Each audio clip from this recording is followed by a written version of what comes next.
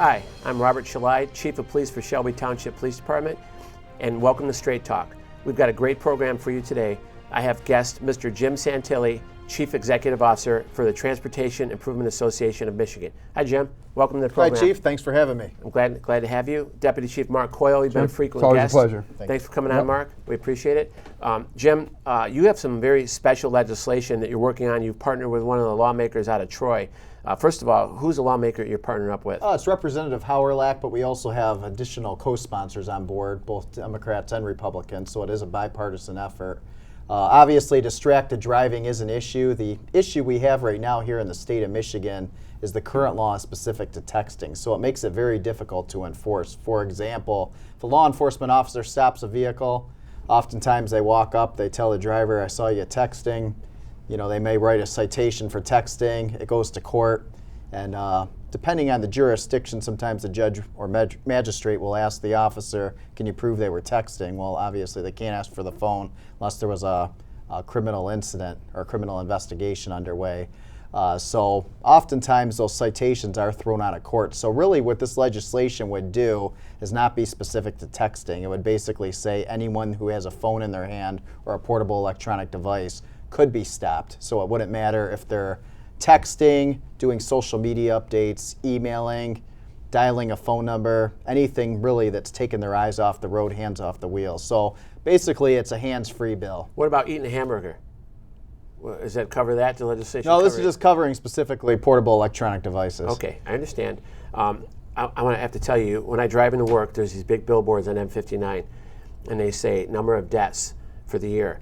So for the last 3 years I've been driving out here, 2.5 years, every time it'll compare the number of deaths we have currently with the number of deaths we had last year. And it's going up. It's constantly going up compared to the previous year. I drive around the township, I drive around the area where I live, and I look and I see everybody's got their phone in their hand, and most people are looking down. You know, not a lot of them are talking, they're looking down. I look around, and what amazes me the most at intersections, when I'll see the cars going to an intersection, I'll try to see who's most of the people, I shouldn't say most, but a lot of the people are driving through with their head down, looking at their phone, driving through intersections. I mean, how scary is this? What's going on? Is this what prompted you and the lawmaker from Troy to start this process of no more? Yeah, in fact, back in 2010, a student from Romeo High School, student Allie Zimmerman, she was struck by a distracted driver at the intersection of 32 and Romeo Plank. She was an innocent passenger riding through the intersection. A 16-year-old who was distracted ran the red light, struck Allie. Allie unfortunately passed away January 5th of 2011 as a result from that crash. So really that prompted us back then to get started with an education campaign called the Remembering Allie Distracted Driving Awareness Campaign. At that time we also spoke about having a law, you know, in place that would basically prohibit handheld devices. And our sole intent with this is really we want drivers, when they're operating a motor vehicle, to keep their eyes on the road and hands on the wheel. You know, and this is all about safety. This isn't about, you know, going out there and making a law just to have something on the books, you know, and have officers go out there, you know, for enforcement purposes. Oftentimes people say it's about generating revenue. None of that's ever been discussed. This is about saving lives, preventing injuries. And when operating a motor vehicle, we all have to remember that we have a personal responsibility to not only protect our lives, but the lives of the innocent people traveling around us. And really, when you look at it, oftentimes, you know, the perception out there is drunk driving's bad, you know, and that perception came obviously as a result of years of having laws in place, public education, and people recognizing the danger that impaired driving poses. But really, a distracted driver has that same blatant disregard for the safety of other people as a drunk driver. Okay. And you are making that decision. Thank you. Deputy Chief Coyle, what can our police department, what are we doing and what can we do about this problem? Well, we've partnered with Jim in other municipalities. We just initiated or are in the process of a program called Ghost Rider. We've been out there, Lieutenant Daniels and our traffic unit has been assisting, working in conjunction with other municipalities to enforce these distracted driving laws.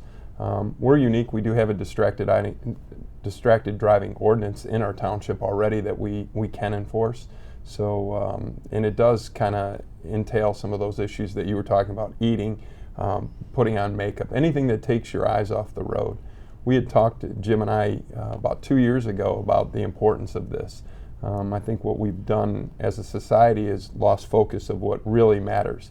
Operating the motor vehicle is your primary function when you enter that motor vehicle. Everything else is ancillary, from the radio to eating to texting and being distracted. So I'm excited. I hope that this bill actually becomes law and it becomes state law. I learned this recently that, and this is a scientific fact, so it sounds crazy, but adult males, their brains aren't fully developed until age 25, okay? Now you add in, these 16, 17, 18, 19, 20-year-old kids, 21-year-old kids, and the insane mania over the social media and over the phones.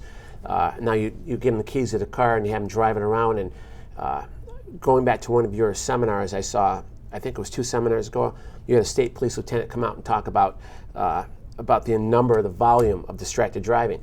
And what he said, they did their own independent study out of his post. He said what they found, he trained all his troopers, okay, go out when people get in an accident, what were you doing right before the accident? He found out, I was eating the hamburger, I was putting my makeup on, I was doing this, I was doing that, blah, blah. They found out that 60% of the accidents were caused by distracted driving. Now, this was an informal poll. These aren't national results or state results, but this is a guy who's on the ground. This is a guy who's on the ground with troopers are on the ground. I told some of the people back at our staff, and I got the question is, well, how are you going to get them to admit it? Well, the same thing he told his people. We get people to admit to murdering people and committing murder and armed robbery. We can get them to admit to distracted driving and tell them they were talking on the phone or whatever. So this is terrifying for us all, especially people with the teenagers driving around, knowing how do you trust any teenager to go out with a phone in their hand? I mean, what do you guys think about that? Jim, you first. What would you do as a parent with these teenagers? Would you even let them take phones out? How would you handle it? Well, really, I think one of the things, and it's not just the teens and young adults using the cell phone. We often see parents doing it. In fact, last week when we were doing Ghost Rider, we had a parent with the child in the back seat. He was texting, had trouble making a right turn off a street off of M59, actually went up over the curb because he was still texting. Yeah. So really, parents need to set a good example for their children, so that really is a starting point. Setting a great example for your child so they don't view that behavior as normal behavior. But secondary, parents need to take the time to talk to their children about the dangers of distracted driving. Okay. And there's a number of resources out there. We do have a video on our website, pretty graphic, realistic distracted driving crash video that parents can show their children to inform them of the dangers of distracted driving. And we need people to also understand that really on average, when they're looking at that portable electronic device, generally they're looking down for 4.6 of every 6 seconds. So if you put that into perspective, that's the equivalent of driving the length of a football field while blindfolded at 55 miles per hour. That's crazy. Yeah. You mentioned Operation Ghost Rider, DC Coil did also. Can we tell our residents, our viewers, about the details of Operation Ghost Rider, what it's about, how we run the operation? Sure. So basically it was a program launched. I brought it up at the M59 Traffic Safety Team meeting a while back, which Shelby Township is part of, along with the Macomb County Sheriff's Office, many local agencies, the Michigan State Police, and brought up basically the concept of it. Everybody was interested in getting on board, so we did pilot it back in April. We announced it at a press conference. And what Operation Ghost Rider does is we actually go in what we call a ghost vehicle. It's an unmarked vehicle, and we have a law enforcement officer in there who's a spotter. We drive around. We look for people driving distracted or even running red lights or doing any other behavior that's endangering the public. We radio to a marked unit, have them initiate a traffic stop, and from that point, we'll make contact with the driver. We discuss the situation, try to educate them about the dangers of distracted driving. Sometimes it results in a verbal warning, other times it results in a citation. And I do want to commend Shelby Township. Actually, out of all the agencies, Shelby Township had the most traffic stops. They had 93 in about a 8 to 10 hour period. So that's significant, and that was a 1 mile stretch of M59. Thank you. So residents, viewers, be warned. You're driving around, you got somebody pulling up next to you in a Ford Taurus or a white pickup. Possibilities of a police officer looking at you and checking out if you're sitting there texting and driving, correct? Yes, definitely. Okay. Deputy Chief Coyle, you mentioned to me yesterday that our Facebook page got a ton of traffic over the weekend. We had a couple different posts up there, very interesting posts. Well, one of them specifically I was intrigued with was a press release that Mr. Santilli put out last week. and there was hundreds of comments. There was, I think, over 1,000 shares. But what concerned me, a lot of the residents, several of them were accusing the police department of this being a money grab for the cities. And you had resident after resident. So I started to reply, and then when I kept on reading them, there was too many people to reply to. Then I thought about putting up an open letter. Nothing could be farther from the truth. However, I'd let you address this. Yeah, as Jim has said, this is really about reducing the death toll, reducing the traffic crashes, fatalities. It has nothing to do with a money grab. It has nothing to do with generating revenue. Our budget is not predicated on ticket revenue. So it really is about awareness. It's about making people change their behavior while operating a motor vehicle. That's the whole goal of this thing, is to get people to understand that when you operate a motor vehicle, you shouldn't be doing other things. Most importantly, not using a handheld device. Yeah, definitely. And this is about allowing people to go home every day to their loved ones. You know, no person should be taken away from their family or friendships destroyed because somebody was not paying attention. And as the chief said, you know, and I can speak from a non-law enforcement perspective, you know, as the person who has been coordinating Operation Ghost Rider, revenue has never been discussed. This is all about saving lives, preventing injuries, and getting people home safely each day. Jim, you and I have had private conversations about this bill and what it's going to take to get it passed. And you told me something that was fascinating last time we talked about you're actually getting resistance from some of the insurance companies. Can you tell us why? Well, you know, there's different perspectives on distracted driving. Obviously, we know with distractions, there's the visual distraction, taking your eyes off the road, the manual, taking your hands off the wheel, and then the cognitive, which is taking your mind off what you're doing. Now, everybody's in agreement that the visual and the manual distractions significantly increase the risk of being involved in a safety critical event. On the cognitive side, there are different studies out there, studies that are naturalistic and simulated. I tend to support the naturalistic because that actually evaluates really behavior as to actually operating the vehicle versus a simulator. You're using a simulator to evaluate behavior.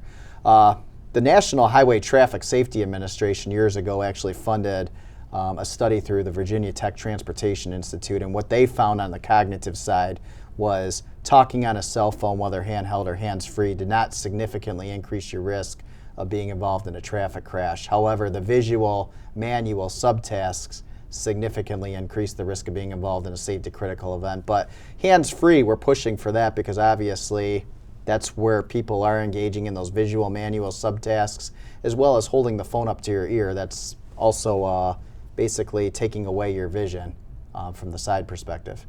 Okay. Jim, it sounds like you have a PhD in that topic right there. That's pretty complicated stuff. Hopefully our viewers process all of that. And the only other thing, if I could mention too, California actually implemented a hands-free bill back in July of 2008, and what they did is they looked at 2 years of crash records before and 2 years after the handheld ban went into effect, and really what they found is overall traffic deaths declined by 22%, and handheld cell phone driver deaths went down by 47%. So they had significant results. Recently I was looking at New York as well, and they had great results also. So these handheld bans do work. Okay. Deputy Chief Coyle, how could anyone argue with the stats and the data that he's citing out of California? Well, unfortunately, I think that, like I said, many people don't understand that driving is a privilege. It's not your right. And we become so accustomed to handheld devices in our daily life. The reality of it is we're not telling you shouldn't use them. We're not telling you that they're bad for you or they're evil. We're just saying when you get in a motor vehicle, stop using them. For whatever the duration is while you're operating that motor vehicle, please concentrate on operating the motor vehicle. As for this Operation Ghost Rider, we have another event coming up. This isn't a gotcha moment where we're trying to be sneaky. This is something that we're trying to gather data in real time and put in proper content and context, that if you're operating a motor vehicle, you have to change your behavior. Put the phone down. Jim, how much resistance? Let's wrap this up real quickly. How much resistance are you going to get out of Lansing on this? Are you having trouble getting the bill passed? There are some concerns from some legislators, but we are trying to work through those. Right now it's in the House Committee on Transportation and Infrastructure. I feel that the majority of the public is supportive of this bill. Okay. It's just a matter of working out some of the different details with the language and whatnot, and hopefully getting it through to the full House, then the Senate, then the governor's desk for signature. Do you have partisan support on Yes, on the yeah, it bill? is bipartisan support. Okay. Okay. Jim, thank you very much for coming on the show. Thank you, I Chief. appreciate it. We look Appreciate forward it. to having you in the future. And keep up the good work you do. Thank you very much. We're going to take a break now. We'll be back next with Joe Youngblood, Parks and Recreation Director for Shelby Township.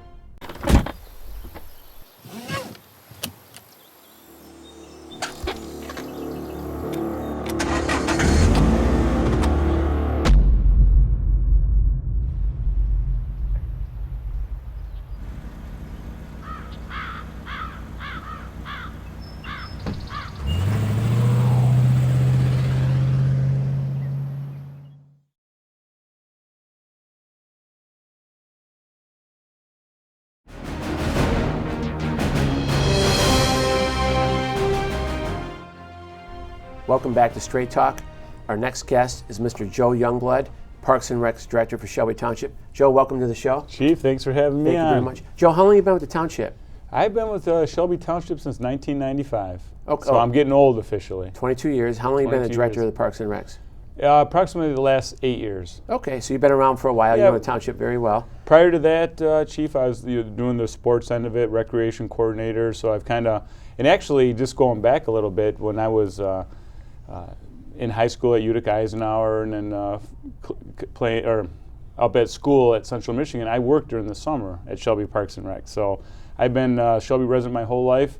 Been at Parks and Rec, started with the summer recreation program over at Chrisman Elementary as a participant and then as a staff member. So pretty familiar with Shelby Parks and Rec, been involved my whole life. So Very nice. Deputy Chief Coyle, remind me if we ever give out a Mr. Shelby Township Award, it'll go to Mr. Youngblood. Right, yeah, definitely Mr. Shelby Joe, Township. we have you on the show because we want to talk about the upcoming fireworks. Sure. We haven't had the fireworks since 2008. That's correct. 9 years without the fireworks. This is 78,000 residents in our town, Yeah. ton of families. This is a great community. I always say this is one of the model bedroom communities in America is what I call our township.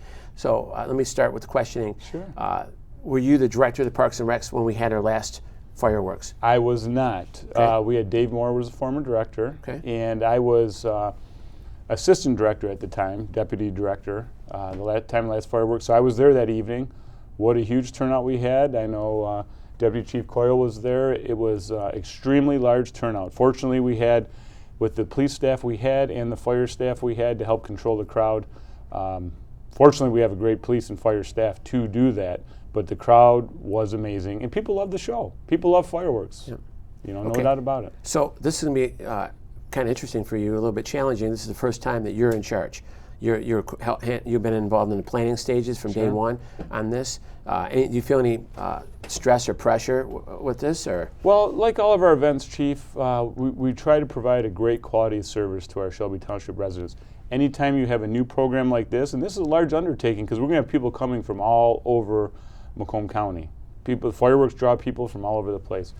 I've been very fortunate enough to work with Deputy Chief Coyle and with his planning and leadership to help organize the parking and streamlining everything. I think it's gonna go without a hitch. Special thank you to the DDA, Lynn Wilhelm, for bringing the fireworks back to Shelby Township. They are the group where all the credit needs to go to for getting them back here in Shelby Township. So.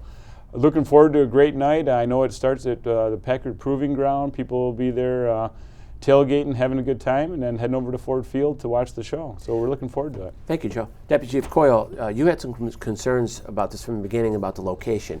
I know we used to have it over at Riverbends Park, correct? Correct. And then now they switched it, and you had some concerns. Can you express what your concerns were? Well, initially, like I said, Joe and I, the last time in 2008, we were more in a support role as opposed to running everything. I have to give a big shout out to Lieutenant Michael Cody, a good dear friend of mine and colleague for many, many years. He had a playbook in place that I could just use. When we sat down and said, let's go to River Bends, Joe and I knew exactly what to do, how to do it, because we had done it for numerous years. The new location provided us two challenges because we have two locations. As Joe Youngblood has said, there'll be two places to view the fireworks. One will be the Packard Proving Ground, and one will be Ford Field. So it was a bigger piece of property. There are different egress concerns, parking concerns that we had to deal with, as opposed to River Bends in 2008, where it was a self-contained one-site location. Okay, thank you. And then our date is July 3rd. July 3rd. It's a Monday night, I'm sorry. It's a Monday night. The rain-out day would be the 4th, so if we have inclement weather, it would go on the 4th, which would be Tuesday. As I said, there are 2 site locations that you can attend. One would be the Packard Proving Ground. That is going to open up at 5 o'clock, so you can get onto that property, start parking on that property at 5 o'clock. Joe and I have discussed the Ford Field side of things. That will be open all day, so Correct. we're not going to close that. We'll be in the setup phase there. Joe is going to open up the concession stand. I don't know what time we have solidified that yet. Yes, we haven't picked out the exact time yet for that, but we will have the concession stand open. We know people are going to be there all day, and they're going to want to have some. We'll have water, Gatorade, pop, some snacks, chips, nachos and cheese over at the Ford Field side. I would like to tell our residents, Chief, that don't forget your blanket, lawn chairs, and bug spray, because it's you will need it. We will spray the park ahead of time, which we do for mosquitoes. But with that being said, Sure. it's not a cure-all to the bug situation. And also, if you have your young kids there, please bring the copper tone sunscreen, correct? If it's going to be out Sure. there 5, 6 o'clock, that sun from the west over there, we don't have any trees on the west end of the park, or they are about 6-foot trees. There's no shade. Be prepared with the sunscreen. So Thank you for letting us know. Yeah. I was going to ask you that.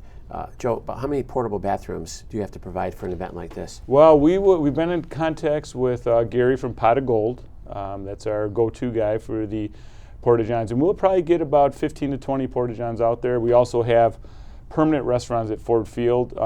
Those are nice to have, but they can become overcrowded, so we like to have the backup Porta-Johns. Gary does a phenomenal job. I know some people don't like, they cringe at the thought of a porta potty, but he does a great job of keeping them very nice and clean. My kids do that same thing. It's better not to go, and I literally drag them in there. So I agree with you totally. Exactly, and people don't talk about it, but it is what it is, and he keeps them clean. So, Deputy Coyle, is our staff prepared, ready to go? This is a big undertaking for us. I've been working on this for several months. I'm excited. I have over 40 staff members that will be dedicated just to this event. Through traffic control, we'll have foot patrol, we'll have all kinds of individuals. We'll have canines on both sides of the park. With the cooperative effort of our fire department, we'll have ambulance on both sides of the park, so we get some bumps and bruises. Hopefully we go off without any major incidents, but we'll have those available to us as well. Joe, I know our supervisor always talks about your staff, how you've taken it from 28 down to 23. Correct. Your staff is much bigger than 23 people. You have a ton of seasonal part-time help, correct? That is so correct. I'm guessing that you're going to have everybody working on that event. well, that is correct, Chief. We went from 28 full-time employees to 23 part-time employees, but part of that, it was the study that was done with recommendations of different departments. Like any Parks and Rec, you have to have seasonal staff. So during the summer, we have another 20 summer kids working for us. So Okay. yes, we're going to have staff there. We have to maintain the park, whether it's trash, restrooms, and we're just there prepared because something this large, you have to expect the unexpected. So course. we're there in a support role. And one thing I can tell you, Chief, I do rest a lot easier at night after our meetings with Deputy Chief Coyle. He's so prepared in his leadership that I'm looking forward to it. Well, And I'm glad to hear that. he's very detail oriented, and I like to see that. It makes me feel better. Thank you. Our residents are in great hands. We have an They sure outstanding are. police department. Definitely. Kudos, Deputy Chief Coyle, for your leadership. Well, it's really a good staff. I mean, I'm prepared. I think that, like you Yeah, said, it's a definitely new prepared. location and it brings new challenges, Sure. but I think we're prepared. One of the other things I also want to address is the rink has been kind enough to give us an overflow. If parking becomes an issue, whether that be at Ford Field or at the Packard Proving Ground, you'll also be able to park at the rink. The good part about that is all the money that will be raised from that location will go to the 2 Utica Community School high schools, Utica High and Eisenhower athletic booster programs there. So that's a secondary parking location. We will have access from that site onto Ford Field, so you can walk in a safe manner over to the park to that'll view be the helpful. fireworks. Chief, I did want to add too is, anytime we can get outsiders, people into our parks, it works out well for us. One, just to show off our 1,100 acres of parkland we have, but also at Ford Field, we rent those fields out almost every weekend, especially with Liberty Park being closed down. We have tournaments there all the time. And this is a way to get people in and say, oh my gosh, look at these beautiful 5 baseball fields here, and then they'll be calling us, So anytime you get people in, like I said, it helps us out in the long run. That's great. Joe, what time is the first firework going to be shut off? Well, I believe, Mark, correct me if I'm wrong, but I know it's usually about 10 o'clock is the anticipated time.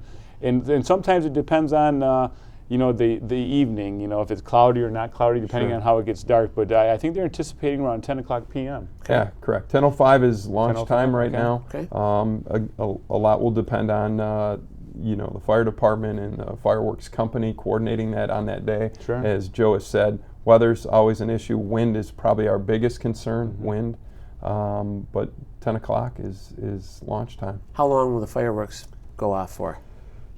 We talked to them when the group of us met, myself and Joe and Inspector Henyon met with them. I think it's probably going to be in the neighborhood of a half-hour show. Okay. It's actually a relatively large show. I know that the supervisor has said that it was his mission to have one of the largest in southeast Michigan outside of the city of Detroit. So I hope that we don't disappoint as a community. Definitely. And also on that one, Mark, I know for the last 8 years I've been hearing the Rochester show on my front porch, and rocking 25 in Shelby subdivision. So I'm excited to have the fireworks in our own backyard. I can't wait to see it. It'll be my first year here, obviously. I do have one final question. Sure. Deputy Chief Coyle, for you specifically on parking, road closures. What do our residents have to know? What time should they arrive? What roads should they expect to be closed on that evening, if any? Well, we had discussed that in pre-planning about actually shutting down Van Dyke or 23 Mile Road. Because this is a new site location, we're going to leave every road open. I am going to have our entire traffic unit out, so they'll be directing traffic at 23 in Van Dyke, 22 in Van Dyke, and 22 in Mount. So you will have complete traffic enforcement out there. We are not shutting any roads down. But as I say, the earlier the better. If you're going to come late, as we've learned in the past, these fill up quickly. If you're late to the show, as I said, you're probably going to have to find an ancillary location to park. So and don't expect saving 3 or 4 parking spots for your no, family. I mean that's we one of the we fill up, right? Yeah, that's one of the things that we've run into in the past. People may get there real early in the morning and put cones or barricades out. If you're coming, your car's going to save your spot and your spot only. You're not going to lock up 3 and 4 and 5 locations.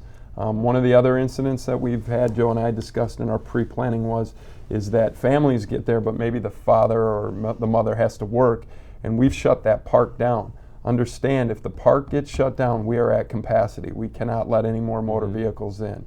You're going to have to walk in into the park. So if your family gets there and you're arriving later, you may not be able to park on site. That's just for us to control the location for everyone's safety. That's a good point. Yeah. Some great information for our residents and our viewers. Thank you very much for coming on the show. We appreciate it. Well, thanks for having me on, Chief. I've been looking forward to it, and it's great to be here with you guys talking about the community. Thank you, Joe. Thanks, Chief. DC Coyle, Yep. you've been watching Straight Talk. We'll see you next month.